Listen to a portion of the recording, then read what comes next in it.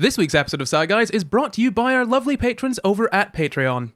So, shall we start this week with a review, perhaps? A lovely wee review. A lovely wee review. This one says, the perfect podcast, 5 stars. I look forward to this podcast every week. Knowing I'll have it to chill out after my long Sunday shifts at work is always helpful in coping with the moany customers. This podcast feels like hanging out with 3 intelligent, funny hosts while somehow combining education content into the mix. With a great mix of topics, I'm never bored and have a very short attention span. 10 out of 10, definitely my favourite podcast. That is Thank so you. lovely. Fantastic. Thank you very much. What a good review. Genuinely, though. 3 intelligent hosts?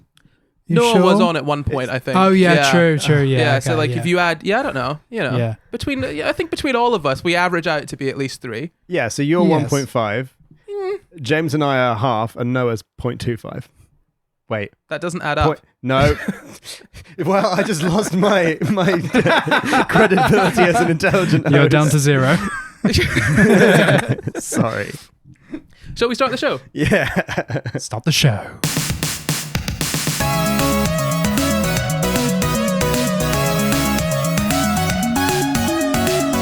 Hello and welcome to the SCI GUYS, a show where we talk about the crazy, weird, and wonderful stories from the science world. I'm Corey, and as always, I'm joined by my co-host, Jem, and Luke Cuthbert. I'm not doing this again. Let's go.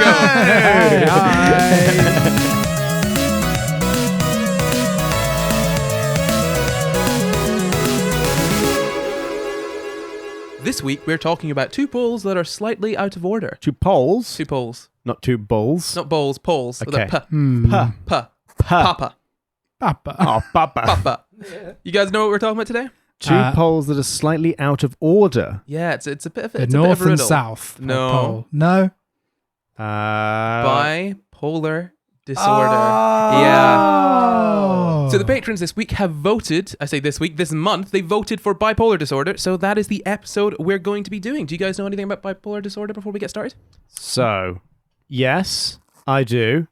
Bipolar disorder is a disorder where your mood swings between sort of a depressed state and a manic state.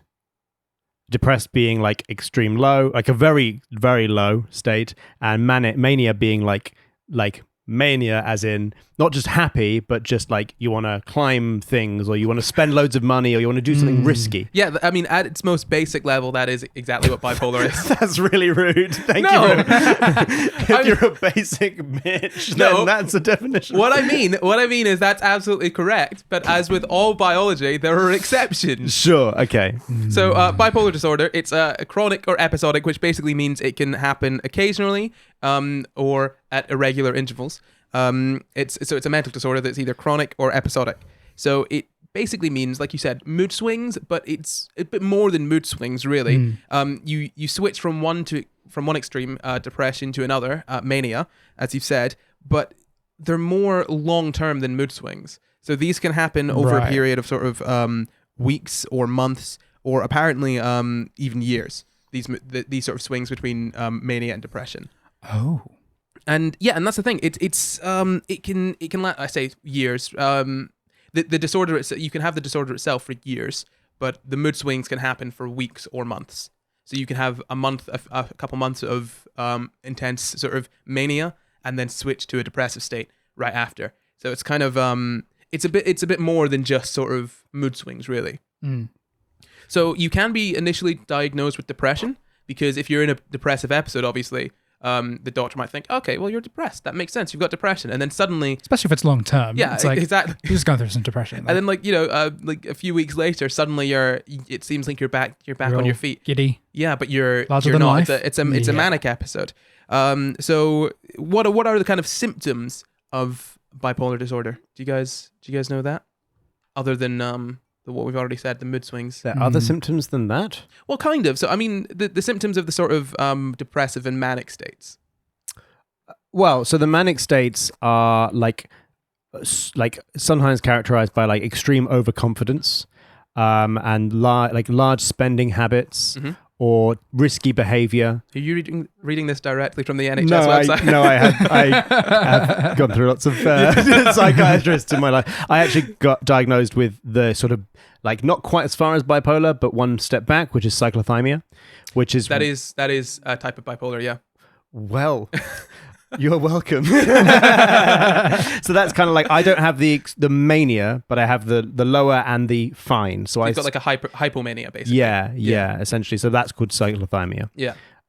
So as for the depression, that state is sort of, I mean, I think probably most people know the basics of depression, but you can probably give us a clinical explanation for it. Yeah, absolutely. So, I mean, the depression, a lot of people think depression is just, oh, I'm quite sad for a while, but it's a lot more than that. It can affect your memory. You can feel restless or slowed down. You can have trouble sleeping. So that's either not being able to sleep or waking up too early or sleeping too much. Basically, if you're depressed, chances are your sleep is just going to be wrecked in some way. Yeah. At either end of the spectrum, either extreme.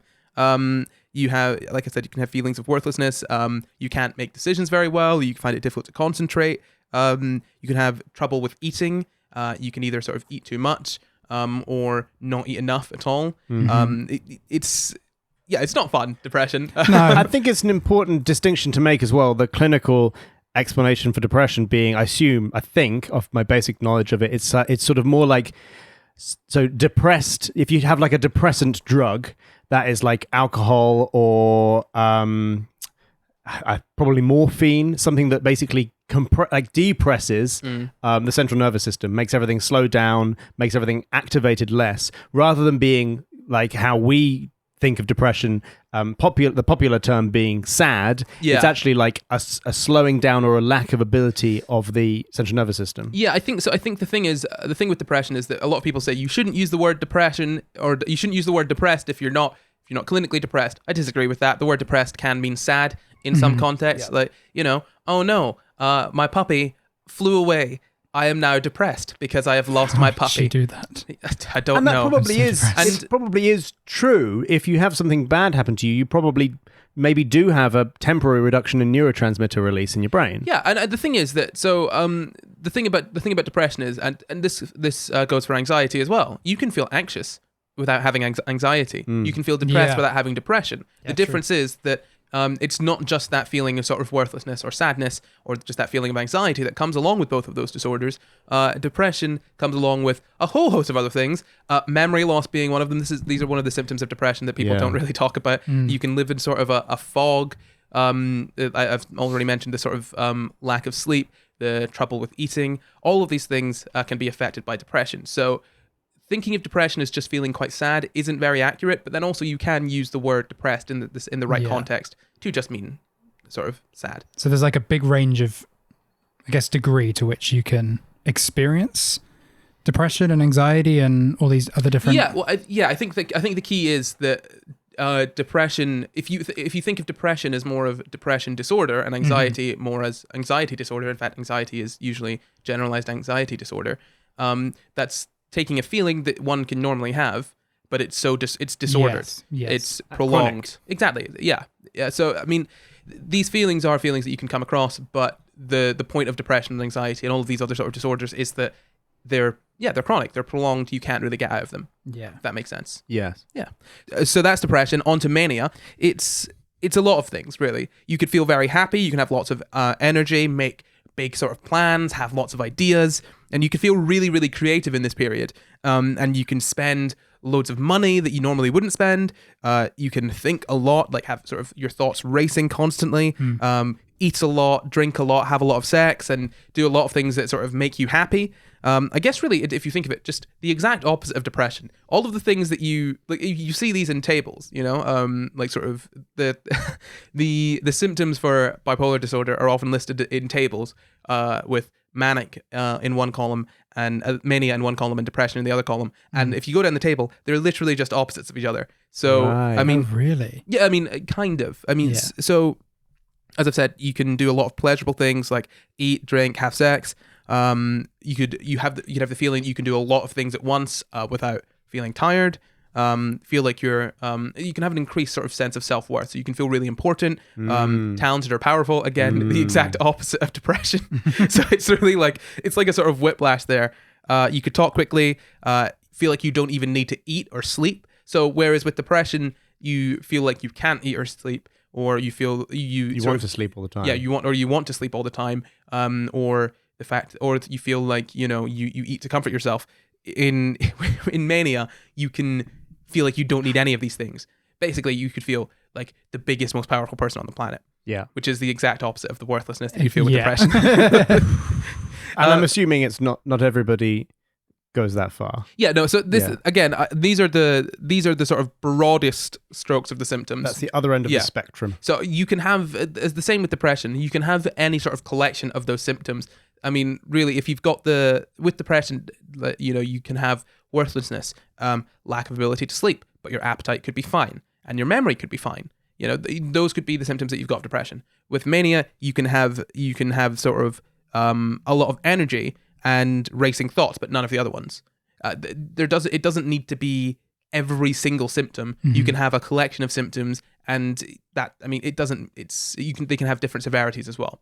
So it's not a sort of checkbox. You got to check everything off the list before you can say you've got bipolar disorder. So yeah, as I've said, you can feel creative, but then also you can have symptoms of psychosis. So you can be convinced that things are true when they're not, or see things that aren't there, which often leads to bipolar disorder being misdiagnosed as schizophrenia, because because obviously in schizophrenia there's psychosis, and in severe cases you can have psychosis, but then also suddenly become depressed after a few weeks. So it's a lot. There's a lot of symptoms for this, obviously, because it's two complete opposite extremes of the spectrum. So those are all the sort of symptoms, but there are also different types of bipolar disorder, which we already touched on. You've mentioned one, Luke. Cyclothymia. Cyclothymia, yeah. So that's sort of that's sort of fourth one that I talk about. If there's sort of three main ones, there's bipolar 1 disorder, bipolar 2 disorder, cyclothymic disorder, and then there's sort of a few other sort of less prevalent ones. So bipolar 1 disorder is effectively, it's defined by manic episodes that last at least a week, most of the day, nearly every day, or when your symptoms of mania require you to be hospitalized. Right. Yeah. And then often you get separate depressive episodes, which last at least 2 weeks, and you can have sort of mixed symptoms. So you can experience symptoms of mania and depression at the same time, which seems which seems sort of contradictory, I mean, but apparently that's something that can happen. Bipolar 2 disorder, that's a pattern of depressive episodes and hypomanic episodes. So that's not full-blown manic episodes, so hypo meaning sort of less or without. So hypomanic episodes basically mean sort of less manic than full-blown mania. So you still got the depression, and you kind of switch between the depression and the hypomania, but the manic episodes just aren't as intense as they are with bipolar 1 disorder. And cyclothymic disorder, also called, as you said, cyclothymia, it's defined by persistent hypomanic and depressive symptoms that aren't intense enough or don't last long enough to qualify as hypomanic or depressive episodes. Yeah, so this is what I find so interesting about this is not exactly what you said, but it's something I find really interesting about the way that mental health is categorized, is that mental health is often categorized with whether it is bad enough to affect your ability to function in society. Like, you could be having all of these issues go on inside you, but if your output is still helpful to society, conducive with the aims of society, conducive for your survival, it's not a problem. So we go around, essentially, firstly, we go around and every night, for example, we fall into a state of psychosis in the form of dreams. We believe things that aren't real. We see things that aren't there, and we experience them as true, and we can't distinguish between those and reality. And then we wake up and we go to the shop and we use this magical invention called money, and we believe in all these sort of fictions that are helpful to our survival, right? And very often things go untreated if ultimately they are not severe enough to hamper your ability to continue to exist in society. Yeah, I think the way that we look at mental health is not great. From personal experience, I was once told, "Oh, you've got mild depression and anxiety," and I was like, "Okay, cool. I can't really exist. I find it very difficult to do anything." Yeah. But I forced myself to do things. Yeah. So while I felt it was very intense, the doctor said, it seems fine because you're getting on. Oh, but you can Sure. you can make yourself it's- do it, right? so- So it can't be that bad. Yeah, exactly. So Yeah. the severity of mental health disorders can often be kind of it can be affected by how well you manage to cope with them. How well you present to other people. So if you go to the doctor and you say, look, I am really struggling to like I'm barely keeping my head above water here. They'll be like, you haven't drowned yet though. Therefore, and that's You're in fine. part You're fine. It's in part a resources issue. They don't have a load of resources to deal with these problems and to help people, other than like to get put into a place where you're actually given help. Often you have to have like attempted something horrible or completely be unable to look after yourself. And the way I sort of describe it is, imagine your brain as sort of like a computational system. It takes an input and it takes an output, and the input is the senses and the output is your behavior. You have an input, which is the senses. If inside your brain that input goes somewhere very worrying, somewhere paranoid, somewhere anxious, somewhere like, I don't know, what do people believe? Hillary Clinton's a lizard, and they're putting things in the water to turn the frogs gay. And then before it outputs, like you have all these thoughts going on in your head, but before it outputs, it turns back into something that society would consider sane. Then you are considered dealing with it. This is what we were talking about even before. though the inside is torturous. We were talking about this kind of thing before, and it's slightly related in that there are types of psychosis that are allowed, and types of psychosis that aren't allowed. Yeah. For example, religion, perfectly allowed. Perfectly fine. You're perfectly allowed to believe that there is a man who made everything, controls everything, and will punish you if you do anything wrong.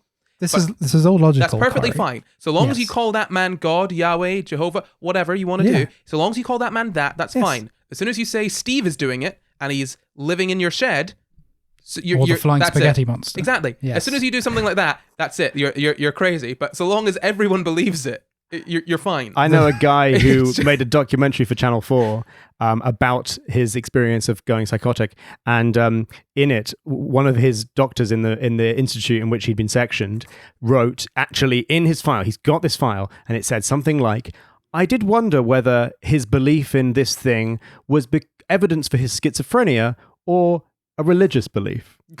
And it's like, what? Yeah, but no, it makes If you can't complete tell sense. the difference, it's a bit. But you've got to think, how many people are there that have sort of, say, mild psychosis that kind of maps quite directly onto religion, that have just kind of gone unnoticed. Well, the belief of a thought in your head, like a voice in your head telling you what to do. And exactly. So people believe that these voices in their head, or that these impulses or compulsions are messages from God, or are devils, or things like that. How many people basically have those Demonic disorders go possessions. unnoticed because it maps so closely with religion? There's a really fascinating theory I read about once where it was talking about how the possibility that religion came out of, you probably maybe know more about this, Corey, came out of mankind's trying to understand the emerging thought patterns as consciousness emerged. So as we became conscious of being conscious, which is potentially what separates us from animals in our evolutionary path, and they'll maybe get there at some point, is that we basically had, if you imagine a circuit, it looped back on itself, and we started becoming conscious of our own consciousness and conscious of our thoughts, whereas thoughts were going to just be thoughts. Now we're conscious of thoughts, and then we have thoughts about our thoughts, and thoughts about thoughts about thoughts. And then it's turtles all the way down, And turtles all the way down. And essentially, we then ascribed the thoughts about thoughts about thoughts, this sort of etheric property of, these thoughts are coming from something other than the internals of our own mind. And there's certain, I don't want to get into too much like psychiatry, because I don't know Luke doesn't know everything about psychiatry. I haven't done enough You heard it here learning. first. Most people I haven't don't. done enough learning to guarantee that I'll get it right, but there's essentially like different parts of the brain that are responsible for different tasks and look after us in different ways. And if you go through certain amounts of trauma, those fracture into separate selves. The one that's coming to my mind is there's child self, parent self and adult self. And if you have significant amounts of trauma, the child self becomes scared, the parent self becomes scorning, and the adult self is watching over all of those too, trying to sort of help them and fix them and love them, right? And we then ascribe that, possibly in this idea that I'm sort of coming up with as I go, to God. Is this adult self, this sort of benevolent, loving, trying to help you and fix you self, is the voice of the true God. And possibly the Old Testament God is this adult, scorning, horrible self. Where did you read that? So this was in some notes given to me by a psychiatrist or psychologist, I can't remember. But it was about basically coming to terms with trauma and about how you traumatic experiences causes you to fracture into these different selves, and you think that these are coming from outside of you, but actually even the self that is really horrible to you and is really scorning isn't coming from the fact that that's true. It's coming from the fact that it's hurt, it's damaged, it's because I have heard about that kind of fracturing thing before. I don't know how reliable it is or how sort of true it is, but I have definitely heard of that before. It definitely came from a medical professional. I know that came from, I've got the PDF on my phone. It came from a medical professional. Oh yeah, absolutely. Totally fair. But it may be a thing that's used as an analogy to help patients rather than literally being true. So I find often when people like to do this with sort of psychology and sort of psychiatry, where they decide, okay, Freud was sort of the master of saying these are the specific parts of the self, and when something happens, this happens to everyone. And I find it kind of difficult to believe that everyone's brain does the exact same thing under when trauma is applied. Sure. Do you know what I mean? Yeah. And it's probably, to be honest, it's probably a sort of an analogy or a metaphor or an easier way of describing things, or a thing that generally happens. But I just want to make it clear for the people listening. The takeaway from this is not that when there's trauma, you split into three selves. No, absolutely. I just want to make absolutely clear. This is even if that were part of the picture, there's many other centers of the brain. These are analogies. These are arbitrarily placed markers of these patterns seem to sort of behave as an adult, and these patterns seem to sort of behave as a parent. Whenever anyone's talking about psychology and they sound like they have the absolute answers for it, take it with a grain of salt. Just if anyone's saying this is absolutely what happens to people when this thing happens, take it with a grain of salt. I'd say it's a good practice for life. If anyone ever says this is absolutely what happens, anything, regardless of their practice, take it with a grain of salt. Under standard temperature and pressure, water boils at 100 degrees centigrade. I'm going to take that with a grain of salt, Corey. Well, if you take it with a grain of salt, it will change the boiling temperature, Luke. I set you up for that. I knew what you were doing. I'm so angry. All right. Shut up. That was very fast. Well done.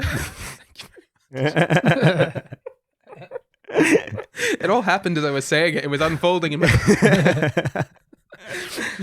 so that was a bit of a sidetrack. Shall we get back to bipolar disorder?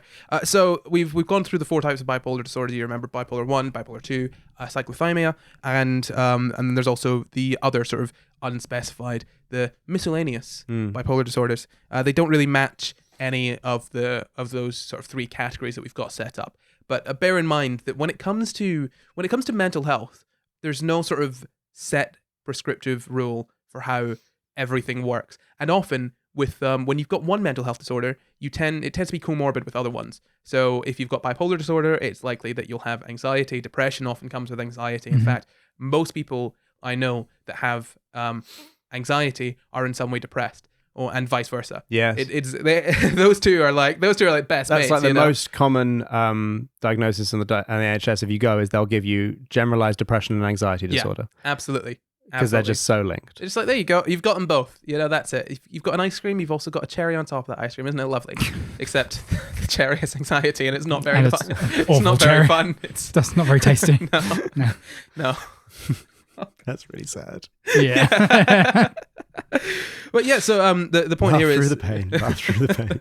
My point here is that you need to bear in mind that these are kind of more guidelines rather than absolute strict rules, especially when it comes to symptoms and these different types. It's basically just we see generally these categories it's like sort of categorizing anything when it comes to humans. We generally see these categories, so we've applied these names to them, but that doesn't mean that you definitely have either bipolar 1 or bipolar 2, and those are distinct things that happen in your brain. Yeah. It's just varying levels of intensity that you kind of say, that sounds more like bipolar 2, or that sounds like bipolar 1. Like a giant flowchart. Does the patient have this symptom? Yes. Does the patient have this symptom? Yes. If then it eventually gets to category 1, category 2, category 3, but they're not. They're all wavy and wobbly and all over the place. Yeah, it's a little bit. It's like a perfect fit, does it? Exactly. So there's like, I mean, even with sort of bipolar 1, like I've said, you can have manic symptoms and depressive symptoms at the same time. Which you'd think are the opposites. Yeah, I mean, they are quite literally the opposites. But like as I've said, when you like depression, feelings of worthlessness, mania, feelings of sort of self-importance. Two completely contradictory things. Obviously, you wouldn't have those two symptoms at the same time necessarily. It would probably be the sort of worthlessness from depression and the boundless energy from mania. So that would probably be the mix. But yeah, it's very interesting. And it's something that can really affect your life. Well, it's really interesting actually, because I was reading a book recently on a type of psychology called Adlerian psychology. I don't know the validity of Adlerian psychology, so don't quote me too much on that. But what it talks about in there is often the fact that things come with their opposites. So, for example, if you have a superiority complex, it's because inside you feel inferior, possibly. If you think you are superior, then you may be making up for the fact that you, another part of you feel inferior. Oh, yeah, I think that you often see that with it's a sort of defense mechanisms. In fact, there are a few people that I could talk about that are a member of a certain group that would then completely attack the member of the group that they're a part of, and often you see that that's because of their own insecurity, sort of thing. Do you know what I mean? Yeah. So people will attack their own group because they're insecure about themselves, but present themselves as being incredibly confident. Right. Yeah. Yeah. That's all I mean. Is that's a way of seeing that you could have, like, if I spoke to you on a normal everyday level, you might come across extremely self-important, and then if I spoke to you in a clinical setting, I would find out that you're extremely you have a massive inferiority complex where you think you're really rubbish, and you have those both opposite symptoms at the same time. Yeah, so you sort of present yourself as being very confident when actually it's just to hide the fact that actually you don't really like yourself very much. You got some feelings down inside that you need to deal with. Yeah, you're stabbing them deep down. Yeah, really getting them down there. So, what are the causes of bipolar disorder? Trauma? Trauma? Yeah. Maybe. I mean, that's sort of like a lot of stuff's caused by trauma. That's a pretty good first guess. Yeah, trauma does a lot, doesn't it? It does. No, can really screw you over in many ways. It's a bit of a trick question. We don't know. We probably don't know, do we? We No. just don't know. We never know. We don't. Well, look, this is the thing. Do we know anything? Well, we know do we actually know anything? We know something. I said to someone the other day that in the course of researching for this podcast, I've realized we know very little. Very little. You know, you think that we know a lot about things. You're like, oh yeah, we know how to treat bipolar disorder. We know how to treat depression. We don't know how it works. We don't even know how. We just know that it works. Yeah. But at least we know nothing. That's a good step. Before we thought we knew everything. Yeah, I mean, when we were saying that it was demons and possessions, we were like, so all you need to do is throw holy water on them, beat them, and chuck them in a home. And that'll solve it right there and then. And then we decided to electrocute them, well, not electrocute them, to shock them out of it. And we're like, yes, that's it. That's how to get rid of all this. And now we're like, look, okay, giving the people lithium works, I guess. I don't know how it works, but it just does. Let's try and figure out why. Okay. Yeah. It works. You're right. I guess knowing about not knowing is half the battle. That's a pretty big part of the battle. Admitting you don't know stuff is a massive absolutely. step. The thing is, I think something that's really important that people don't recognize, something really important in science, is that you need to be able to say, I don't know. And a lot of the things we've talked about in this podcast, the big problems that we've had, for example, the vaccines and whatnot, have been people being unwilling to say, I don't know. I just don't know this. If you have people, what if they're the one that knows, Corey? Yeah, but they're not. No. If you ever think that you are the one person that has the answers, I can tell you almost invariably you are not. God damn it! I was so sure. You were so sure. You're dead sure. Like if you think you're the one person that's cracked it, look at it again. But no, I think saying that you're having the ability to put your hands up and say, "Hey, I was wrong about this. I've learned, and I'm gonna do better. That's the best thing you can do. We'll look back on that. I mean, we already do, but we'll look back on that in hundreds or thousands of years if we're still around as one of the most important moments in human history. Because before that, it was just loads of competing ideas all claiming to know the truth and then having wars over it. Yeah. And that's just that was like life for hundreds and hundreds of years. I think that's the wonderful thing about science. I think that's where science and religion kind of often differ. Whereas where religion often says it holds all of the answers to all of your questions, and that's a way to draw people in. In fact, I think I've genuinely been on the street and had people sort of try and get me into the religion by saying, all the questions that you've got, we've got the answers. We've got the answers here, and I just can't believe that. Come on, you can't have all the answers. Yeah, you can't have all the answers. What happened on Lost? You don't have the answers to that because no one knows what happened on Lost because it was a silly show. No, but do you know what I mean? Science sits there and says, look, I don't know everything, but we're trying to figure it out. And it's the best guess we've got right now. Whereas oftentimes with some sort of with other sort of ways of explaining the universe, they claim to have all of the answers, which is never true, really. It's a big claim. It's a big claim to make. It's a big claim to make. And that's the thing about this podcast as well. I feel like we often admit when we've got something wrong because we don't always get everything right. Oh, absolutely. We do corrections all the time. We do, don't People we? email in. If you check the comments, we're quite active in the comments. If someone points at something that we may have not gotten right, we always like to respond to that and thank them for doing that. If you check out our live shows, often we'll talk about corrections then if they're big enough. But yeah, I think that's the thing.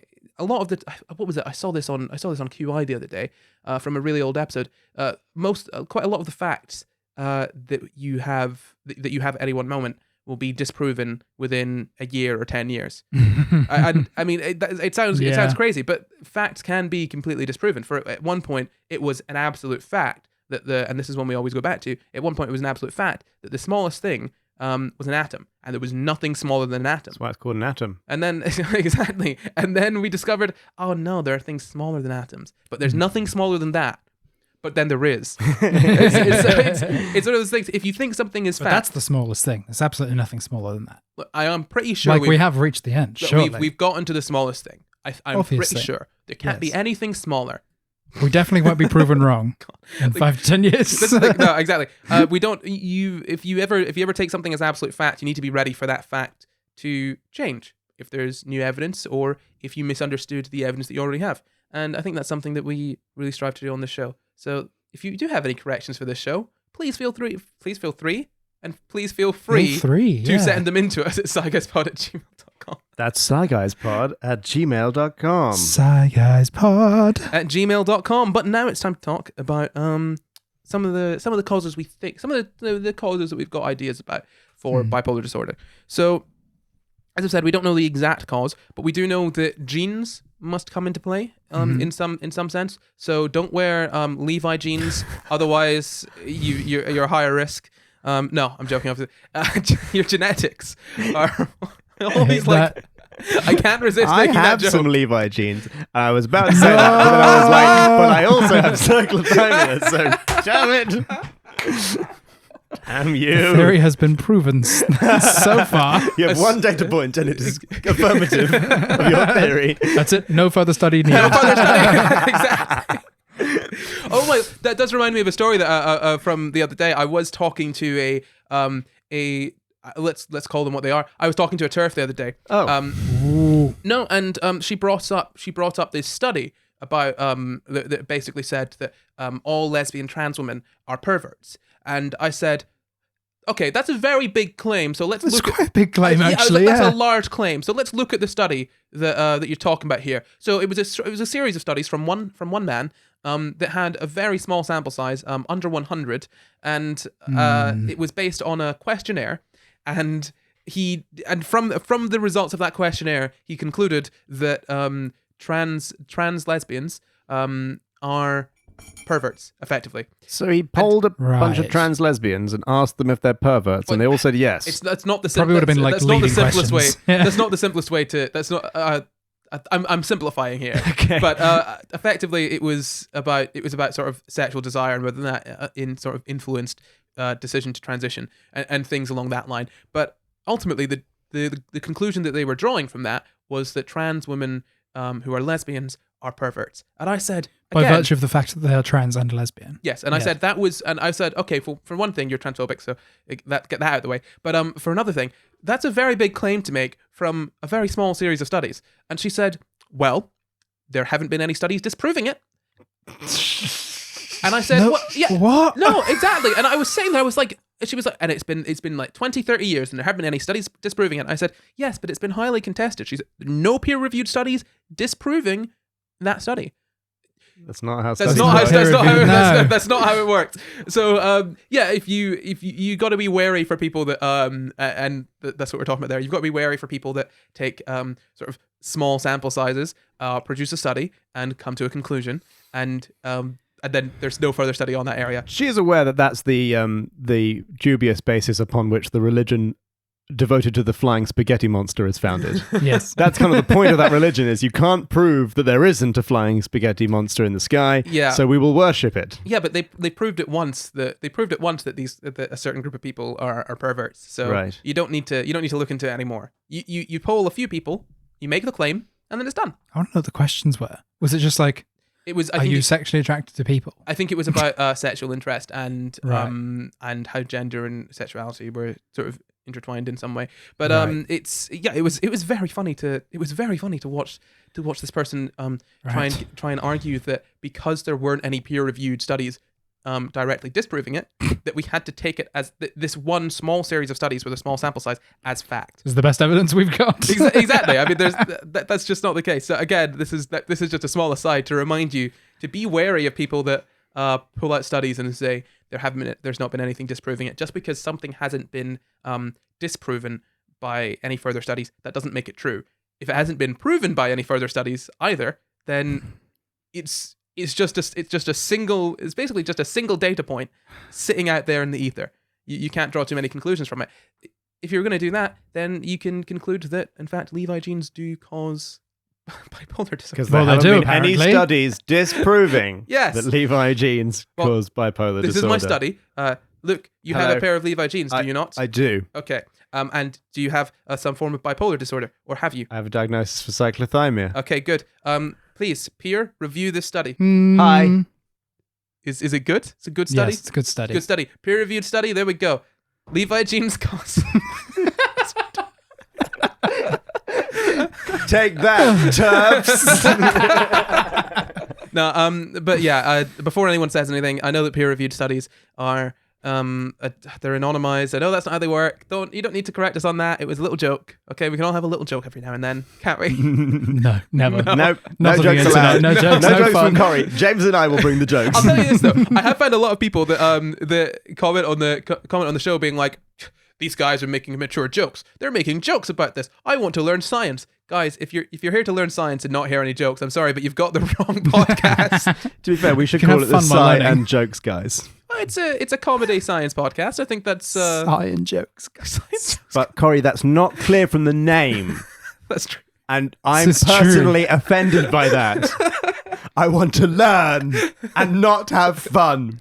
Can we just release a cut of an episode that's about 10 minutes long that just has all the information in it? Really, really deadpan, which is like, wow, that is No, interesting. I just mean a normal episode that we've cut Just to take cut. out all of the oh, jokes. Yeah. one we've already done. Yeah. Yeah. I mean, if someone wants to try and do that, be my guest. But Someone make an alternative channel. Sci Guys Alt. Sci Guys, no but it's jokes. Sci Guys, but yeah, there's no jokes. Sci Guys, no jokes. Oh, please. Someone edit that and run it. We'll Oh, give here you you the go. copyright. We don't care. Oh my god, yeah, Sci go Guys. ahead. Sci Guys jokes sold separately. Fun. Imagine that got more popular than the actual. I'm so mad. And then we do another channel where it's just the jokes without any Without of the any scientific context. No setup. science. No setup. context, just Sci just Guys, no punchlines. facts. fantastic. Corey wouldn't be in any of the episodes. It'd just be me and Luke. I make jokes every now and then. I had a good one. I don't remember it, yeah, but I definitely made a joke at one point Yeah, in my true. life. You'd pop in every once in a while. People would be like, who's Who's this that guy? Yeah, who's that? He's just there for representation, man. So genes can have an influence on bipolar disorder, can't they? Yes. Yes, they can. Well, I Especially if assume they're so. Levi's. although there haven't been any peer-reviewed studies. Genetics can have an influence on on bipolar disorder. Is it like the genetics can have an influence your susceptibility to it? Well, it's sort of there's a sort of hereditary aspect to it. So it can be it can be more common in families, if that makes sense. So that kind of points to the idea that there is a genetic component to bipolar disorder, and that's a sort of it could be a genetic predisposition that makes you, as you said, that makes one more susceptible, or that increases one's risk of developing bipolar disorder. That's not to say that there is a gene in you that if you've got that gene, you've got bipolar disorder. That's not at all what we're saying. And to be honest, if that was the case, I feel like we'd have figured it out by now. You know? It's like one of those things where if you look at side effects of drugs, for example, sometimes it will say that like drugs can activate previously unactivated mental health conditions. Well, that's the case for marijuana and schizophrenia. Yeah. So you can, you can have if you have any sort of particularly psychoactive drug, it can potentially trigger schizophrenia or other disorders. It can, if you've got a sort of predisposition towards psychosis, or you're at risk for developing psychosis, it can trigger it. And when I say trigger, I don't mean if you were, it basically makes it happen earlier than it would have. So it's not a case of anyone, say smoking weed, can develop psychosis. It's just those that are predisposed toward developing psychosis have a higher chance of developing it earlier. If they, partake in recreational marijuana use, you're only increasing your risk. Yeah, exactly. Yeah. So there is some genetic factor to it. So identical twin studies have found that even if one twin develops bipolar disorder, the other twin might not. But if you've got a parent or a sibling with bipolar disorder, you are more likely to develop bipolar disorder. And that's not to say that if you've got a family history of it, that you are definitely going to develop it. Yeah, it's like, I think this is a really important point to point out as well, and to shine light on, is like, say for example, something says like, if you have this many eggs, you double your risk of heart disease. And that sounds really scary, but also that's doubling from a population size where, say, 1 in 100 people will develop heart disease, or 10 in 100 people, it goes from your 20% rather than 10%. It doesn't make you much more likely to develop a specific condition. It just means you're twice as likely to get a thing that you were already fairly unlikely to get from a statistics point of view. Yeah, so I mean, in this sense, most people that have a family history of bipolar disorder won't develop bipolar disorder. Right. So it does increase. You do have an increase. You do see more people with a family history of it ending up with developing bipolar disorder. But that's not to say that if you've got a family history of bipolar disorder, you are more likely than not going to develop it. Yes. Yeah, I mean, he's highly likely. It's such a this sort of we had a comment about this, the way that genetics influence probability and sort of genetic disposition towards developing things. Just because you have an increased chance genetically does not mean that you will definitely have it. Brains are incredibly bad at thinking about statistics, though. We hear something's more likely and instantly we're like, I'm going to get that now. Yeah. Basically what you can take away from this is that there is some genetic component to bipolar disorder in the fact that you can have a higher risk if you've got a family history of it. That's basically all you need to take away from it. We don't have a specific gene that we found that is the sort of source of the disorder, but we do know that there is some sort of genetic component there.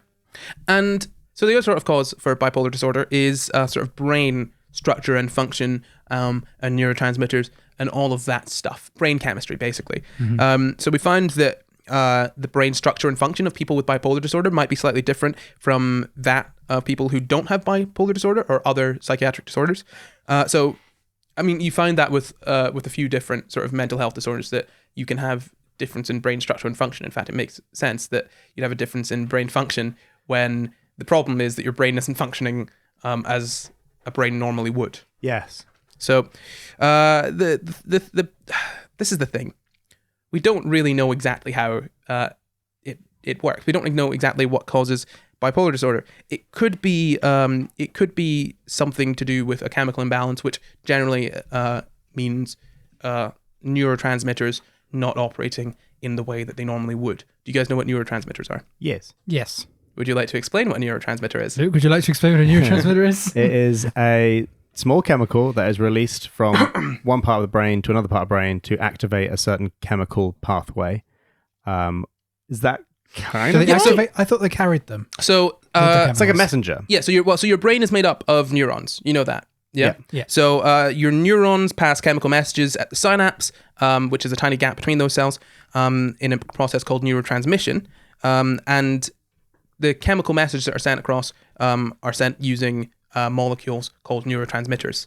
Yeah. So the neurotransmitters send the messages across the synapses, basically. So, for example, if I wanted to tell Corey one of three things, and if it was the first thing, I pass him a red ball. If it's the second thing, I pass him a yellow ball. If it's the third thing, I pass him a blue ball. The ball is a neurotransmitter, Yeah. and the color determines which neurotransmitter it is. Yeah, that's Right. that's the most simplest way of looking at it. Obviously, Thank you again. no, that's a very. I'm saying the description that I'm giving is very, very basic because again, this is brain chemistry, and unless we're doing a full episode on brain chemistry, I'm not gonna Quite get complex. too. Yeah, I'm not gonna get too in depth with it because it is very complex. But there are sort of we've kind of split them into two basic groups. Those two groups are small molecule transmitters and neuropeptides. So small molecule transmitters are like dopamine. Those usually act on cells that are directly next to the other cells. And neuropeptides are small molecules like oxytocin. Those can modulate or adjust how cells communicate at the synapse. Yeah, man. Yeah, That's Sure. basically we found over 60 different types of neurotransmitter so far, and they're very important for our brains working effectively. I don't want to get into exactly how they work Assume so. because it's very complicated, and to be honest, I need to do a lot more reading before I'm very comfortable saying this is exactly how it works. Yeah. But a lot more reading. a lot more reading. There's a lot that goes into brains. There's a lot that goes into brains. Yeah. So the fact is that basically, think of it this way: neurotransmitters are the chemical messengers in the brain. They are what sort of send and modulate the messages that your synapses or your brain cells send. What your neurons, your brain cells, send between each other. Yes. Yeah. Yes. So an imbalance or a lack of sort of, I guess, sensitivity to these neurotransmitters could be a cause for bipolar disorder. But again, we just don't know. There are some studies looking into it, and there are some avenues that we're going down. But as of yet, in my research, I've not found a definitive answer for what causes it. And this is the thing. Again, this is like the sort of the thing we spoke about in the gay episode, or the gay gene episode, where bipolar disorder is very, very varied, and it may not be one distinct cause that results in that sort of those symptoms, you know? And this because, the same with depression, there may not be one distinct cause for depression. But in terms of sort of lifestyle causes, you can trigger bipolar disorder if you've got, say, money troubles, or you're going through a divorce, or any sort of stressful period in your life. As with most mental health disorders, you can develop them if you're in a particularly stressful period. But as of yet, we don't know the actual physical reason behind bipolar disorder sort of developing, really. Yeah. But we do know how to treat it. Mysterious. We do know how to treat it. Well, that's good. Kind of. Yeah. I say kind of. We've got mood stabilizers. One of the main ones is lithium. We've been using that for a long, long time. That's kind of the standard one. So you get lithium is literally, it's lithium, the metal, the alkali metal, the lightest metal. You get it in the form of lithium citrate or lithium carbonate. It's the drug that the character Crazy Eyes in Orange is the New Black is given. Oh. If you remember that, I'm pretty sure that's true. I actually do remember Good. that weirdly. Yeah. Yeah. I haven't watched that show in years. Yeah. Well, yeah, and that's the thing. It can do a lot of things. So around the synapse, it modulates neurotransmitter reception. It can modify the production of neurotransmitters. It can even change the levels of electrolyte concentrations as well. So it can have an effect on a lot of different things. We don't know exactly which effect is good for bipolar disorder, and we don't know exactly how lithium helps. But we do know that it works. We do know that it works. Okay. Yeah, there are side effects, obviously, as with any drug, but we know that it works well enough. Positive. Yeah. Something to take away. Yeah. So there is a treatment, but along with talking therapy and your standard or other sort of therapies that go with mental health disorders. But in terms of drugs, that's the most common one. Yeah. And I think that's a very good place to end the episode. We've gone through all of bipolar disorder. I may have said BPD at some point. It's not BPD, it's BD. BPD is... It's kind of the same letters, bipolar disorder. Yeah, bipolar disorder and borderline personality disorder. Yeah. BPD and BD. It's very confusing. Yeah, it's very difficult. Yeah, when you're running through it, you just spell out the words wrong. But no, that is bipolar disorder. That's sort of the causes for it. We don't know. The treatments for it, we don't know how they work. And the symptoms for it, we've got those pretty well characterized. So we're good on that. But that is the episode for this week. I guess it's time to thank our patrons. Oh, yeah. Oh. So as this is the Patreon vote episode, every single month we will read out all of the new patrons, but also we'll have all of our patrons just in a little credits roll. Hello there, patrons. If you want They'll be down the bottom or something right now. Yeah, if you want to be read out, sort of next month, make sure you go ahead and join up on Patreon before the 1st of whatever September. That's it, the 1st of September. So join Patreon.com/SCI GUYS. Exactly. Go sign up. Join up there before the 1st of September and you will be in with the chance, and I say the chance, it's 100% chance of having your name read out in next month's Patreon vote. And not only that, you get to vote on a bunch of things. You get to choose episodes. You get a lot of different things. Cool bonus stuff. But anyway, thank you, Samuel Downing. Thank you to Eloise van der Walt. Thank you to Kalia Zakaya. Thank you to Hannah LaFives. I think that's Elisa. Yeah, there is a number in there. No, it's Ella5. It's got a 5 in it. Oh, okay. Thank you to Mark Davison. Thank you to Mads Bamford. Thank you to Bethany Carter. Thank you to Melissa Sanders. Thank you to Taylor Morgan. Thank you, Amy Elizabeth. Thank you to Bailey Ray. And finally, thank you, Maud. Thanks, Maud. Thanks, Maud. Thanks, Maud. Great. Well, that is this week's episode. As I've said, you can head over to patreon.com/SCI GUYS if you want to be in with the chance. I keep on saying chance. For it's a 100% chance. The 100% chance of getting read out. Of getting read out and also getting a load of other benefits. You've got bonus episodes every month. You get to see every single live show whenever you want. You get little bits of bonus content. You sometimes get content early. You also get to vote in Patreon votes for episodes. You also get to submit episodes for the vote. And it's a really fun time. You also get to join our Patreon Discord, which is actually quite active and a bit fun, isn't it? Yeah. Lovely. Yeah, great conversations over there. So if you like the sound of that, head over to patreon.com/SCI GUYS. But that is the show.